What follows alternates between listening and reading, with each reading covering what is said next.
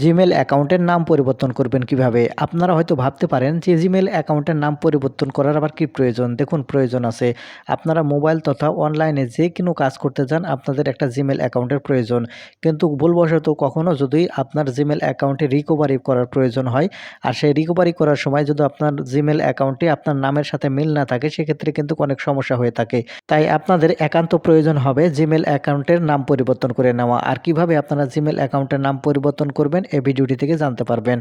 তাহলে চলুন সম্পূর্ণ ভিডিওটি মনোযোগ সহকারে দেখতে থাকুন কিভাবে আপনারা আপনাদের জিমেল অ্যাকাউন্টের নাম পরিবর্তন করবেন। তো সেজন্য আপনারা যে কাজটি করবেন সর্বপ্রথম এখান থেকে আপনার যে জিমেল অ্যাপ্লিকেশনটি আছে এই জিমেল অ্যাপ্লিকেশনটি ওপেন করে নেবেন। এখন এখান থেকে আপনি জিমেল অ্যাপ্লিকেশনটি ওপেন করে নিলে এরকম ইন্টারফেস দেখতে পাবেন। এখন উপরে এখানে আপনারা দেখতে পাবেন এই 3 লাইন অপশন। এখন এখান থেকে আপনি এই 3 লাইন অপশনের উপর ক্লিক করবেন। এই 3 লাইন অপশনের উপর ক্লিক করার পর আপনারা নিচের দিকে স্ক্রল করে আসলে এখানে আপনারা একটা সেটিংস অপশন দেখতে পাবেন। এখন এখান থেকে আপনি এই সেটিংস অপশনের উপর ক্লিক করবেন। সেটিংস অপশনের উপর ক্লিক করলে এখানে আপনার মোবাইলে যতগুলো জিমেল অ্যাকাউন্ট খুলে রেখেছেন সবগুলো চলে আসবে। আপনার মোবাইলে একটি জিমেল থাকলে একটি থাকবে। আমি অনেকগুলো খুলে রেখেছি সেজন্য অনেকগুলো দেখাচ্ছে। এখান থেকে আমি প্রথম নাম্বারটি সিলেক্ট করে নিলাম। নিলে এখান থেকে আপনারা এখানে দেখতে পাবেন ম্যানেজ ইওর গুগল অ্যাকাউন্ট। এখন এখান থেকে আপনি এই ম্যানেজ ইওর গুগল অ্যাকাউন্ট এই অপশনের উপর ক্লিক করবেন। ম্যানেজ ইওর গুগল অ্যাকাউন্ট এই অপশনের উপর ক্লিক করলে এরকম ইন্টারফেসে নিয়ে আসবে। এখানে আপনারা প্রথমে দেখতে পাবেন একটি অপশন পার্সোনাল ইনফো। এখন এখান থেকে আপনি যে কাজটি করবেন এখান থেকে পার্সোনাল ইনফো এই অপশনের উপর ক্লিক করবেন।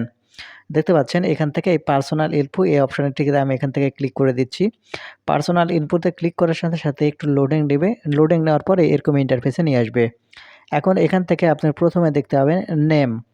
দেখতে পাচ্ছেন এখানে নেম দেওয়া আছে। এখন এই নেমটি চেঞ্জ করার জন্য আপনারা দেখতে পাচ্ছেন এখান থেকে এই অ্যারো বাটন আপনারা এখন এখান থেকে এই অ্যারো বাটনের উপর ক্লিক করবেন। ক্লিক করলেই আপনাদের মাঝে এরকম ইন্টারফেস শো হবে। এখানে আপনারা দেখতে পাচ্ছেন এখানে আপনারা নাম চেঞ্জ করার জন্য আবারও দেখতে পাবেন ডান দিকে অ্যারো বাটন। এই অ্যারো বাটনের উপর ক্লিক করবেন। অ্যারো বাটনের উপর ক্লিক করলে এখানে আপনার নাম চেঞ্জ করার জন্য একটি অপশন পেয়ে যাবেন। দেখতে পাচ্ছেন এখানে যে বক্স এখানে আপনার নাম চেঞ্জ করবেন সেজন্য এখানে প্রথমে দিবেন ফার্স্ট নেম আর তারপরে দিবেন হচ্ছে লাস্ট নেম। সেজন্য এখান থেকে আমি এখান থেকে এটা কেটে দিচ্ছি সর্বপ্রথম কেটে দেওয়ার পর এখান থেকে আমার নামটি লিখে নিচ্ছি। এখন আপনারা যে নামটি এখানে দিতে যাচ্ছেন সেই নামটি এখানে আপনারা দিয়ে নেবেন। নাম দেওয়া হয়ে গেলে ফার্স্ট নেম দেওয়া হয়ে গেলে তারপরে এখান থেকে আপনারা লাস্ট নেমটি দিয়ে নেবেন। আমি এখান থেকে লাস্ট নেম দিয়ে নিচ্ছি। আপনি এখান থেকে লাস্ট নেমটি দিয়ে নেবেন। এখান থেকে নাম দেওয়া হয়ে গেলেই এখানে আপনারা নিচের দিকে লক্ষ্য করলে সেভ বাটন দেখতে পাবেন। এখন এখান থেকে আপনি এই সেভ বাটনের উপর ক্লিক করবেন। সেভ বাটনের উপর ক্লিক করার সাথে, সাথে দেখতে পাবেন এটা সেভ হয়ে গেছে। দেখতে পাচ্ছেন এই নামটি এখান থেকে কিন্তু সেভ হয়ে গেছে। এখন আপনাকে যে কাজটি করতে হবে এখান থেকে চাইলে আপনাকে নিকনেম চেঞ্জ করার জন্য এখান থেকে যে অ্যারো বাটন আছে এই অ্যারো বাটনের উপর ক্লিক করবেন। ক্লিক করার পর আপনার যে নিকনেমটি আছে সেই নিকনেমটি এখানে আপনারা দিয়ে নেবেন। আমি এখান থেকে নিকনেমটি দিয়ে নিচ্ছি। আপনার যে নিকনেম আছে সেটা এখান থেকে দিয়ে নেবেন। দেওয়ার পরে নিচের দিকে এখানে সেভ বাটন দেখতে পাবেন। আপনারা এখন এখান থেকেই সেভ বাটনের উপর ক্লিক করবেন।